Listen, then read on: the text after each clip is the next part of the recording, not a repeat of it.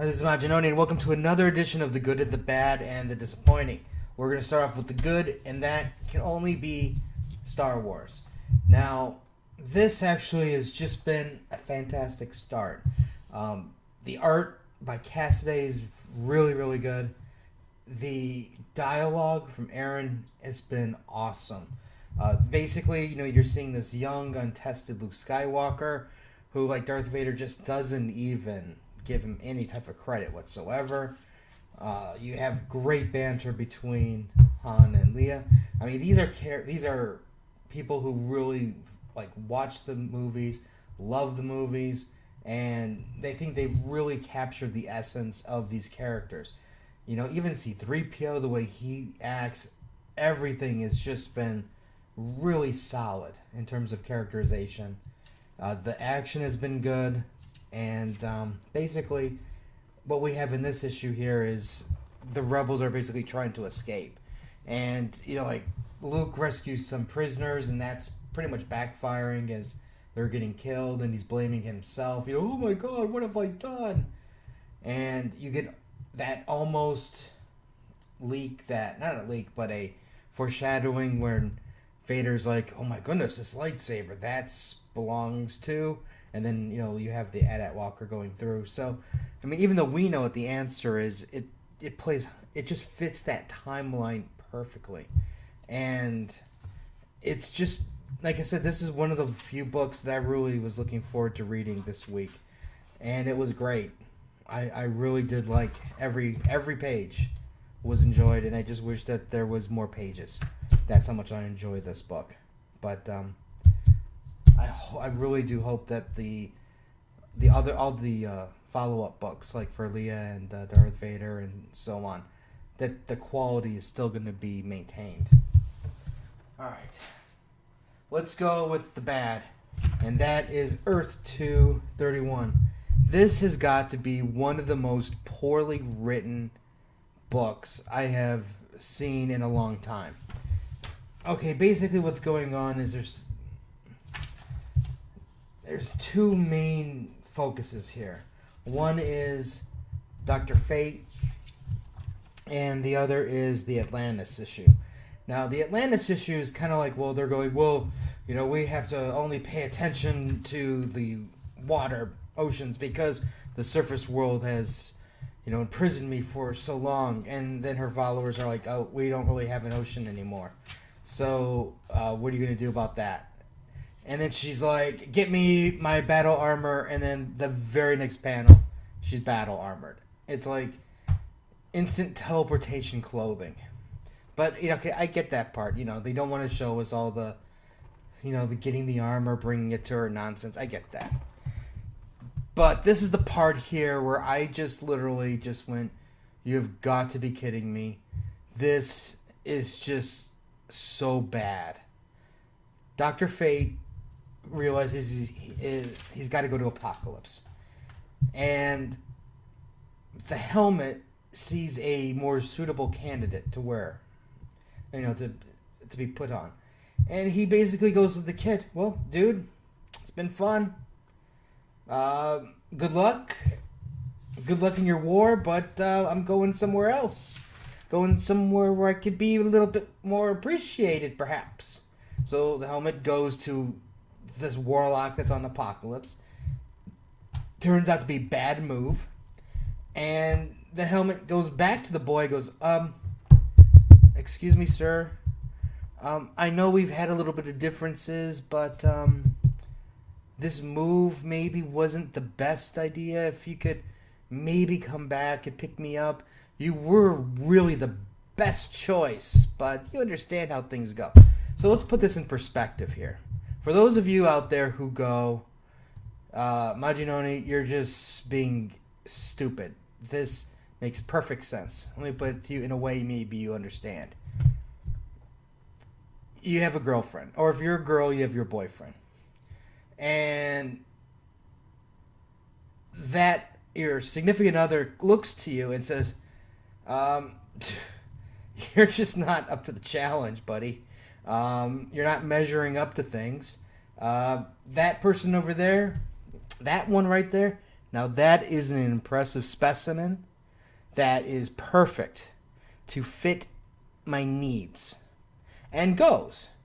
And then your significant other learns that maybe that person isn't cut out quite right for, being together.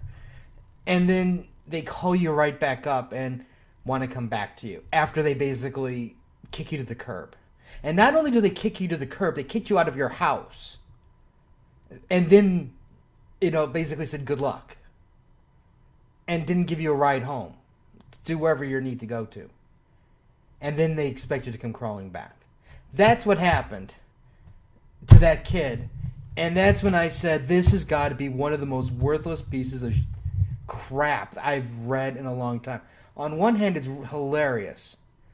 On the other hand, I don't think they meant this to be hilarious. I think they were trying to be serious.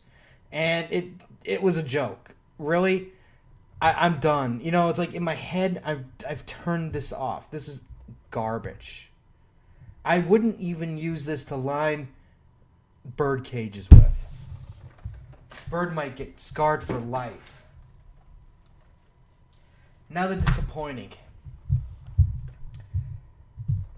After reading this book, it is very apparent that Geoff Johns has no ideas.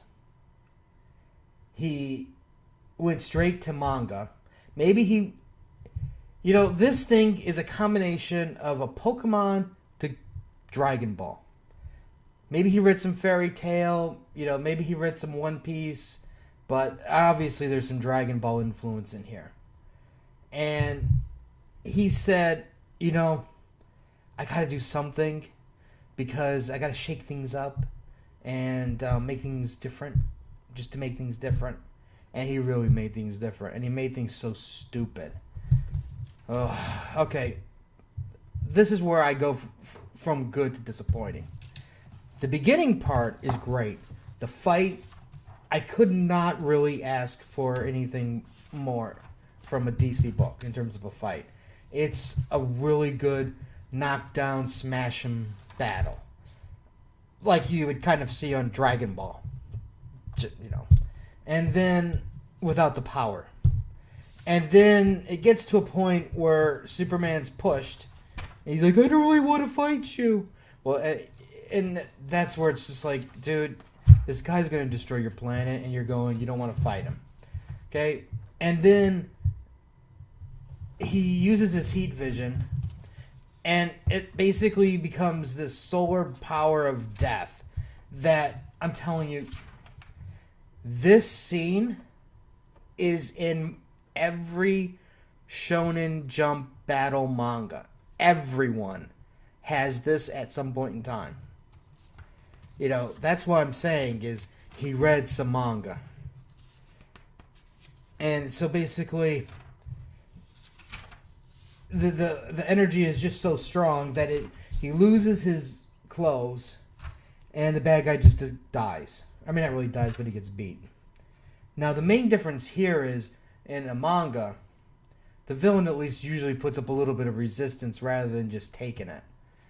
Now, what we learn is, in the Batcave, Batman comes to rescue him, and he's basically going, well, Clark, you learned a new power, and I'm quite jealous of this power, because, see, what happens is your heat vision went Super Saiyan, and you created this solar flare, a super solar flare, that burned everything a quarter mile.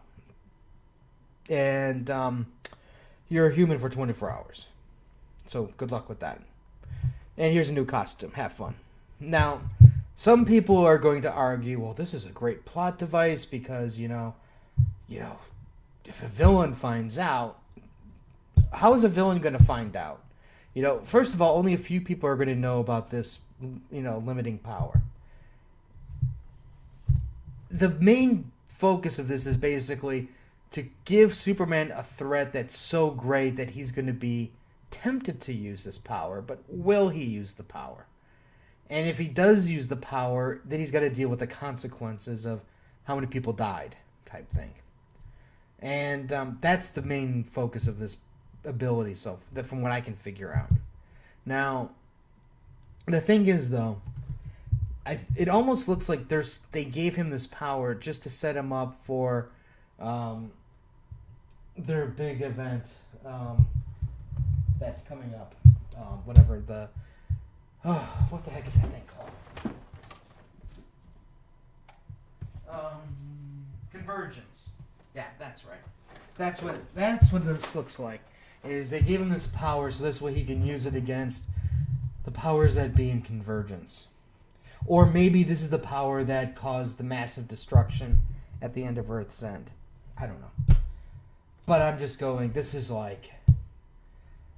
not Superman. It's like, yeah, you made him human, he's got a huge weakness and he'd be killed, but at the same time, all it takes is just Batman or somebody to scoop him up, keep him in a cell for 24 hours under a heat lamp, and he's fine.